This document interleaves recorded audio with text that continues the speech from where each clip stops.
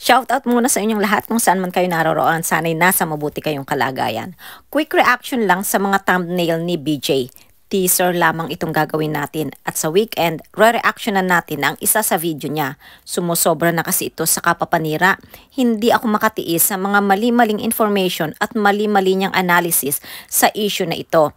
Natawa ako sa sobrang pabida, para siyang nagbibigay ng book review tapos nagbasa sa gitna ng libro. I'm not sure kung itong si BJ ay na-experience kung paano mag-movie or book review. Abay, kahit patapusin mo ang libro pero nagsimula ka naman sa gitna, hindi ka makakapagbigay ng tamang analysis if you miss the beginning of the story. Imagine, nag-conclude at sinabing kayo ang sumira kay Dave. Tapos hindi inalam ang mga ginawa ng mga ninong at ninang. Biruin mo, nagsimula ka sa May 29 tapos i-announce mo pa dyan sa channel mo na iisa-isahin mo ang mga video ng Manalastas. Hay naku BJ, kahit na reactionan mo ang lahat-lahat ng LS ng Manalastas, kung hindi mo sisimula ng istorya ng issue na ito, para ka lang tanga na pumasok sa sinihan na nasa kalagitnaan na ng palabas. Tapos mag-movie review ka. Alam mo, lalabas kang tanga sa mga nakapanood ng buong movie. Kaya bago mo reactionan ang mga LS ng Manalastas, simulan mo sa mga LS ni Daisy. Hindi ba't doon sa isang post mo ang sabi mo, di ko masyado alam ang storya kung paano nagsimula na maipublic ang problema nila sa pamilya Manalastas. Since iyan ang gusto mong alamin, dapat iyan ang una mong inalam. Kanino nga ba nagsimula ang pag-public ng problema nila sa pamilya Manalastas? Pero anong ginagawa mo ngayon? Nagpo-focus ka lang sa LS ng Manalastas. Abay, kung magre-review ka at magsisimula ka lang sa mga LS ng Manalastas, abay hindi ka makakakuha ng tamang analysis at fair review. Anyway, kung tamad ka talagang mag-research, eto ipapakita ko na sa iyo. Pakinggan mong mabuti ha, kasi ito ang isa sa hindi mong alam na sinabi mo doon sa post mo. Tapos gusto mong LS ng Manalastas ang isa-isahin mo. Magsimula ka sa mga video ni Daisy, malalaman mo ang istorya dahil noon pa man nakapublic na ang issue bago pa magsalita ang Manalastas noong May 29. Sabi ni Sir Celito Legono, may I know if the promise is from the guy, Ma'am Daisy? Yes, it is from him. Ay, nako. Yes po, from him po. And from the drone na rin. through sa pinagdadaanan ng drone. So, alam na po nila kung sino sila. I'm waiting for that. Diba, it should be next month, pero na-move na ngayon. So, I hope and praying na Kanino kaya siya nagpe-pray? Kasi ang Lord, hindi niya gusto na nasisira ang mga relasyon. Pero alam naman natin na ang kaaway ay naparito para sumira ng pamilya at ng mga magandang relasyon. Masyadong malakas ito kay Satan, ano? Biglang wish granted. Yung promise na yun is magkaroon ng katuparan. Malalaman nyo din po. If that happens, magpo-post po ako. Imagine May 14, mayroon ng promise. Okay, so yun po yun. I hope the promise will be fulfilled this month. Diba? So, The promise will be fulfilled this month. Diba end of May, nangyari na lumayas si Dave? O diba May 14 pa lang, may pre-announcement na. O eto, pakinggan mo pa ito. sabi ni Sir Wonderful Camping, hope the education will continue. It will. Of course, nag-scout na nga ng school. Ay.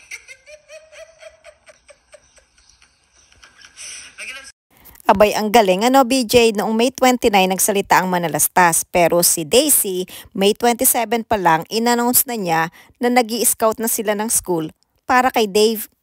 O ano, BJ? Iyan ba ay alam ng mga followers mo? Abay, balikan mo ang mga video ni Daisy.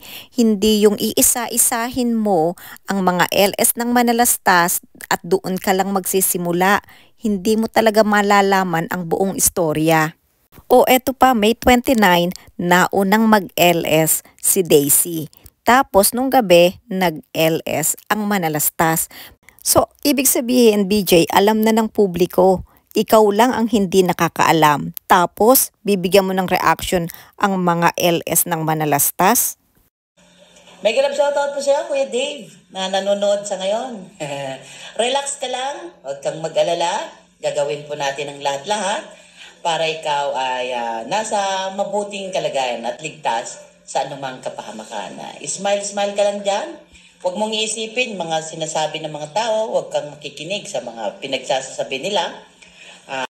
Ano BJ, napakinggan mo bang mabuti ang sinabi ni Daisy? Hindi pa dito nag-ELS ang manalastas, siya ang nauna. Ang sabi niya, huwag intindihin ang sinasabi ng ibang tao. So ibig sabihin, nababash na si Dave.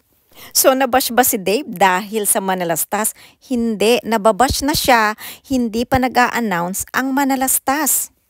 Kaya yung ginagawa mo sa channel mo at yung mga thumbnail mo ay patunay na paninira lang sa manalastas dahil andito na ang evidences na kung paano at kanino nagsimula na maipublic ang problema ni Dave sa manalastas.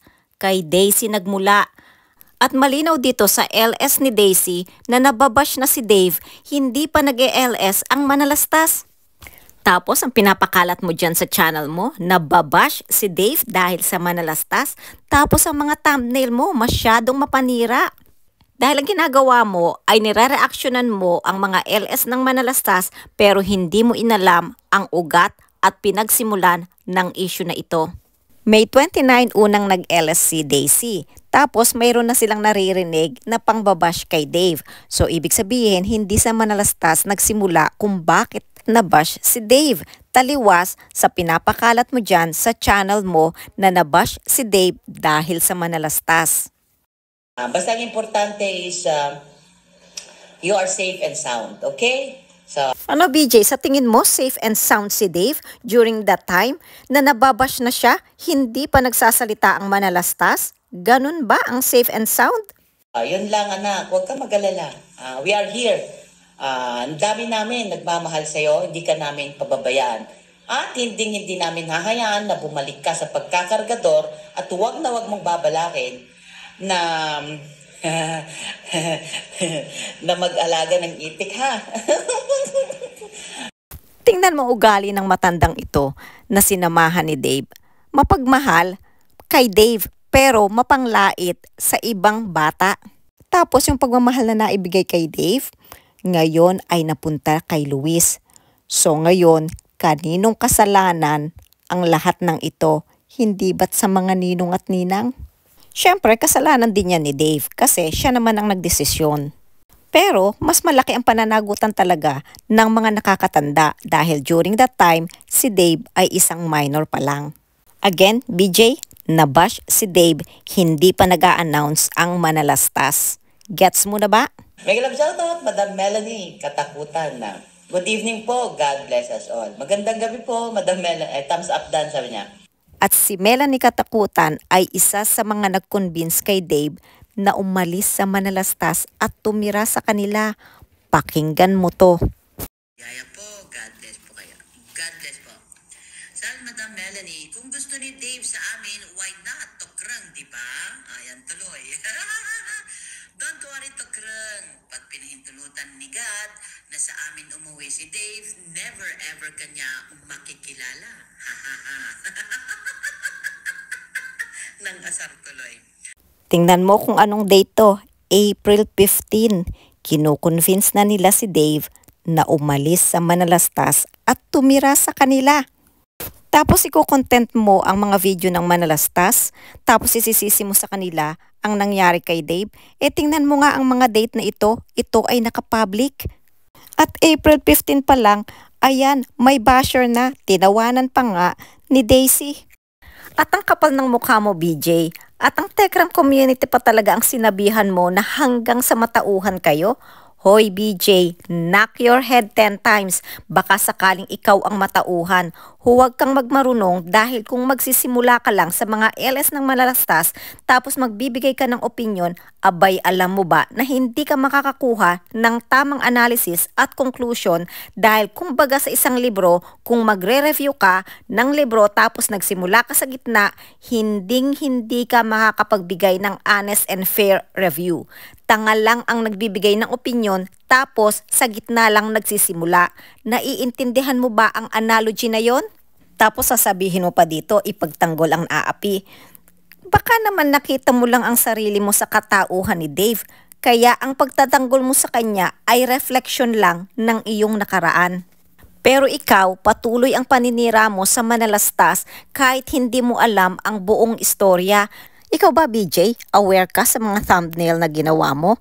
Abay, malinaw na paninira yan. Kung hindi mo kayang patunayan, tandaan mo na ang naranasan ngayon ni Dave ay bunga ng kanyang piniling landas sa panunulsol na rin ng mga ninong at ninang.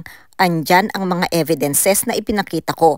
Huwag masyadong pabida-bida, lalo na kapag hindi mo alam ang buong istorya, lalo na kung wala kang interes na alamin ang ugat ng issue na ito at magsisimula ka lang sa mga LS ng manalastas dahil delikado yung ginagawa mo. Mabuti kung simpleng book or movie review lang ang ginagawa mo.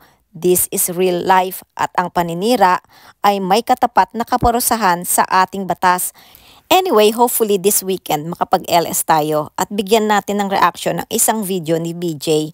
For now, hanggang dito na lang muna tayo. This is Eclesiastico.